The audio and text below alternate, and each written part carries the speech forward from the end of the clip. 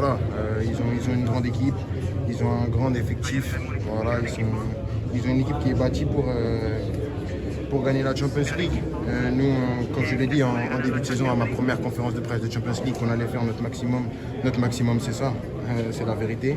Et voilà, on va se remettre en question et on va retourner à notre quotidien qui est le championnat. L'équipe, j'espère que vous allez bien aujourd'hui. Encore, le Paris Saint-Germain vient de subir une nouvelle désillusion en Ligue des Champions et sort au premier obstacle de la phase finale face au Bayern avec une forme d'impuissance à l'image de celui qui était attendu en sauveur. Thomas Müller avait prévenu à la veille du choc en conférence de presse. Son explosivité et ses bons choix, c'est efficace, certes, mais les siens comptaient pas le regarder avec un plan pour l'empêcher de faire ce qu'il fait de mieux. Un autre aspect à ajouter un goût amer à l'élimination, c'est que Paris est encore crucifié par un ancien Parisien. Après Coman lors de la première manche, Choupo-Moting s'est illustré sur le but de l'ouverture du score au match retour. La malédiction va même encore plus loin car 5 des 6 derniers matchs de Munich contre Paris sont à mettre sur le compte de joueurs passés par le club de la capitale. Bref, le bilan des parcours dans la compétition fait toujours plus tâche depuis l'arrivée des Qataris. En un peu plus de 10 ans, le PSG a pris la porte 5 fois à l'issue des huitièmes de finale, 4 fois en quart de finale lors des premières éditions et seules 2 années dérogeaient à la règle. Les amis, on va revenir en détail sur la rencontre, mais juste avant, je vous demande le service de bombarder la vidéo de j'aime pour le soutien et le référencement. Comme d'habitude, vous connaissez la recette, c'est important pour moi, alors merci à tous ceux qui le feront. Vous êtes des boss. Au passage, ce soir, les 2 autres Coupes d'Europe entrent en jeu avec le dernier représentant français et de belles affiches. Si vous souhaitez tenter un prono, les amis, n'hésitez pas à vous rendre sur Betclic et utiliser le code LEXCITY pour bénéficier jusqu'à 100 € de freebet si le premier pari est perdant. Par exemple, si vous pariez 50 € et que vous perdez, vous récupérez ensuite 50 € en freebet pour pouvoir rejouer. Je rappelle encore que les jeux d'argent sont interdits aux mineurs, que jouer comporte des risques et qu'il faut toujours jouer dans la limite du raisonnable.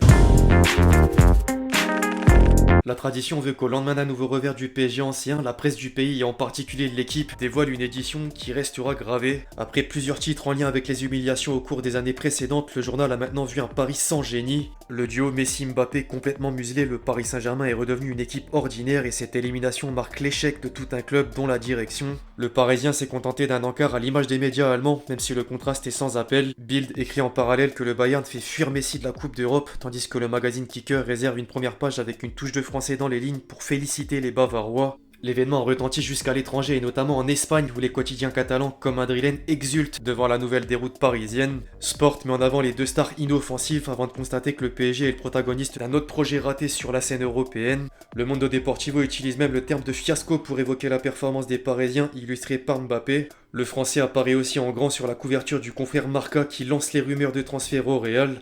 Je cite « Si tu veux gagner la Champions, tu sais ce qu'il te reste à faire ». C'est malheureusement reparti pour un tour. Le kick s'est d'ailleurs passé par la question en zone mixte après la rencontre et à l'instant T, la seule chose qui compte pour lui c'est de gagner le championnat. Ensuite on verra. Affaire à suivre. Alors il faut pas oublier une chose non plus, c'est que l'adversaire était un cadre européen et le standing s'est encore ressenti sur la double confrontation. L'expérience d'un Thomas Müller dans la compétition a fait la différence vis-à-vis de l'orientation du jeu ou encore par rapport aux récupérations du ballon comme sur le premier but. Il a reçu le trophée d'homme du match par l'UEFA, pour autant j'ai trouvé mieux dans d'autres compartiments du jeu à l'image de Goretzka. Le milieu de terrain a juste imposé sa loi dans l'entrejeu pour empêcher Messi de s'exprimer en plus de délivrer un caviar à Choupo-Moting. Sans oublier monsieur Upamecano. L'international tricolore continue sur la lancée du mondial avec l'équipe de France et semble infranchissable. Il avait fort à faire dans son duel face à Mbappé mais a pris le dessus avec des interventions importantes. Une bonne lecture du jeu et sa vitesse étaient précieuses pour la défense bavaroise. Les journalistes de Bild sont unanimes parce que le joueur formé à Valenciennes a obtenu la meilleure note des 22 acteurs aux côtés de Mathis de Ligt. Il s'impose petit à petit comme l'un des meilleurs défenseurs centraux du monde actuellement. Si on voulait parler en bien du Paris Saint-Germain, il aurait peut-être fallu mentionner Danilo Pereira, Sergio Ramos ou encore Zaïre Emery. Or, les points négatifs sont bien plus nombreux à énumérer et le premier de la liste n'est autre que Messi. Le néant, ou presque en tout cas. En dehors d'une action de but à la demi-heure de jeu, l'Argentin n'a fait que subir des coups jusqu'à enchaîner les pertes de balles et n'a jamais rien apporté en attaque. Que dire ensuite de Mbappé? Il était attendu au tournant et comme le seul joueur capable de faire trembler l'adversaire, sauf que le plan des Bavarois a fonctionné. Le meilleur buteur de l'histoire du PSG n'a touché que très peu de ballons sans pouvoir prendre la profondeur. Enfin, le pire du pire revient à Verratti. L'Italien s'est simplement montré inexistant au cœur du jeu jusqu'à réaliser une erreur dans une zone dangereuse et donner l'avantage au Bayern. Les journalistes de l'équipe ont rejoint leurs homologues allemands en vent contraire à Upamecano puisque Petit Bout a reçu la triste note de 2 sur 10. Triste mais mérité. Le rêve des supporters parisiens a malheureusement tourné au cauchemar et une image devait circuler dans toutes les têtes au cours de la nuit dernière, celle du tournant du match à la 38e minute. Le score était de 0 partout au tableau d'affichage, les Parisiens font un pressing intense au point de pousser Yann Sommer à la bourde, Vitinha arrive devant un but grand ouvert, Danilo Pereira comme Sergio Ramos commençait déjà à célébrer, le Portugais pousse le ballon avant un sauvetage in extremis de Mathys de Ligt. Les critiques envers Vitinha sont justes parce qu'il avait largement le temps de mieux placer sa frappe avec plus de puissance pour éviter le retour d'un défenseur. Des petits détails comptent dans un tel match. D'ailleurs, Thomas Müller l'a dit explicitement au micro des journalistes, je cite, « Il y a toujours certains moments où l'on a besoin d'un peu de chance. Il y a cette occasion que Mathys repousse, mené 1-0, on ne sait pas comment on aurait réagi. C'est fait, maintenant il n'y a plus de retour en arrière possible. » Les amis, c'est le moment de basculer sur les analyses du match et on lance les hostilités avec les Français du Bayern, dont Upamecano. Je cite, « Je trouve pas que Paris nous a embêtés, on s'attendait à ça. On sait qu'il voulait jouer avec Kylian dans la profondeur, j'ai essayé de gérer ça car il va très vite. C'était un travail d'équipe, on a bien coulissé, on a fait notre boulot. Dieu merci, je suis en forme, je suis à l'écoute et je joue avec de grands joueurs comme Müller et Giroud. » Ensuite, Coman était interrogé sur le pourquoi du comment le Paris Saint-Germain ne parvient pas à aller plus loin en Ligue des Champions. Je pense que ce sont de petits détails, la différence c'est que ça fait très longtemps que le Bayern est un grand club, il y a vraiment une ADN qui est inscrit, Paris est sur ce chemin, ça fait plusieurs années qu'ils sont dans le top et qu'en Ligue des Champions ils vont loin, que c'est un prétendant au titre, parfois il faut laisser faire le temps et la roue tournera. Au rayon des réactions parisiennes à présent, Christophe Galtier a essayé de trouver les mots justes. On n'a pas su marquer sur nos temps forts, on a eu une très bonne première période où nous nous sommes créés des situations, on arrivait bien à rivaliser avec l'adversaire. En seconde période, on prend ce but vraiment stupide. À ce niveau-là, il faut avoir un peu de lucidité. Par contre, il a osé rejeter la faute sur El Shaddai en conférence de presse, comme quoi c'était une erreur de jeunesse.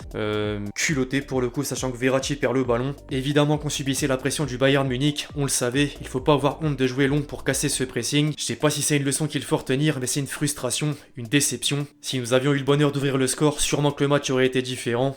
Avec des si on remettrait Paris en bouteille pour reprendre l'expression. Il faut digérer et accepter pour continuer notre parcours en championnat. Mon avenir dépend de ma direction sportive et de mon président. Le club fondait beaucoup d'espoir sur cette compétition. Moi je maintiens le cap, je reste focus sur cette fin de saison. A noter que Nasser Al-Khelaifi en voudrait beaucoup à Christophe Galtier et Luis Campos après l'élimination au stade des 8e de finale de la Ligue des Champions. À en croire le média Relevo, le président parisien tenait aujourd'hui une réunion avec sa direction pour décider de l'avenir de l'entraîneur parisien. Il voudrait un changement immédiat et le nom de Thomas Tuchel est celui qui revient le plus pour le remplacer. Je rappelle que l'Allemand est libre de tout contrat comme Zidane et Luis Enrique au passage. Chez les consultants, le conseiller sportif en prenait aussi pour son grade. Selon Nabil Djellit, Campos a terminé la saison du PSG avant qu'elle commence. Il s'est entêté avec Skriniar comme si c'était le seul défenseur sur le marché. Il a préféré Renato, toujours blessé, à Seko Fofana et a fait venir des mecs plus mauvais que ceux qui sont partis.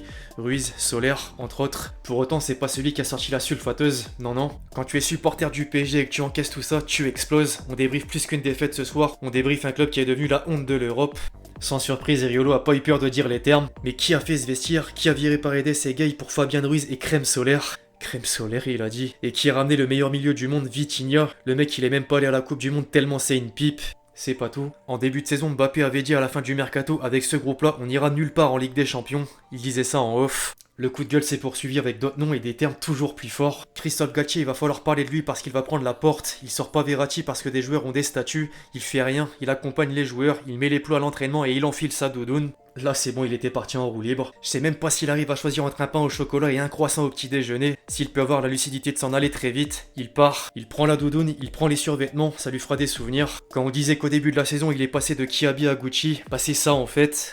Après Galtier, Verratti. Verratti, tu le renvoies à Pescara, il pourra manger ses petites brochettes, se balader au bord de la mer, boire ses coups, fumer ses clopes. C'est un joueur d'Urban, ça fait des années que je vous le dis. Je sais même pas s'il est titulaire dans l'équipe de fac de mon fils. Zaïre Emery, il a 16 ans, il lui met la misère. Après Verratti, Marquinhos. Marquinhos, il est entré sur le terrain, il avait le froc plein. C'est terminé, il flippe le gars. Et une dernière pour la route. Tout le monde sait que Neymar et Messi sont venus au PSG pour se trouver une salle de sport avant la Coupe du Monde. Messi, sur les matchs de Ligue des Champions, il a disparu depuis 2017. Que dire de plus? En revanche, chez les confrères, un certain Samir Nasri s'est placé en défense de Neymar. Pour lui, c'était une perte. On oublie trop rapidement ce qu'il a fait en début de saison. Il faut arrêter de parler de son style de vie. Il s'est pas tordu la cheville parce qu'il a joué au poker ou parce qu'il a mangé un McDo. Enfin, pour faire le tour au complet, Thierry Henry s'est montré un peu plus sage à son tour. Quel est le plan? Quelle est l'identité? Quelle est la philosophie? J'ai dit très souvent qu'il y a une fracture entre le club et de nombreux supporters de l'ancien PSG. Il préférait presque l'ancien PSG. La légende va même jusqu'à conseiller les dirigeants parisiens sur le prochain mercato. Si vous allez chercher Randal Kolo Muani, Marcus Thuram ou des joueurs comme ça qui aimeront jouer pour le Paris Saint-Germain, ça ajoute. C'est comme Jude Bellingham qui veut jouer pour Liverpool. Il faut pouvoir s'identifier à l'équipe et parfois il faut aller attraper cette communauté de supporters et de gens qui aiment le club. En parlant de gens qui aiment le club, j'ai une pensée pour les 4000 supporters parisiens qui ont fait le déplacement à Munich pour assister à la rencontre. Ils étaient présents dans les rues à quelques heures du coup d'envoi, aux abords des bars, dans les couloirs de l'Allianz Arena et évidemment dans les tribunes du stade.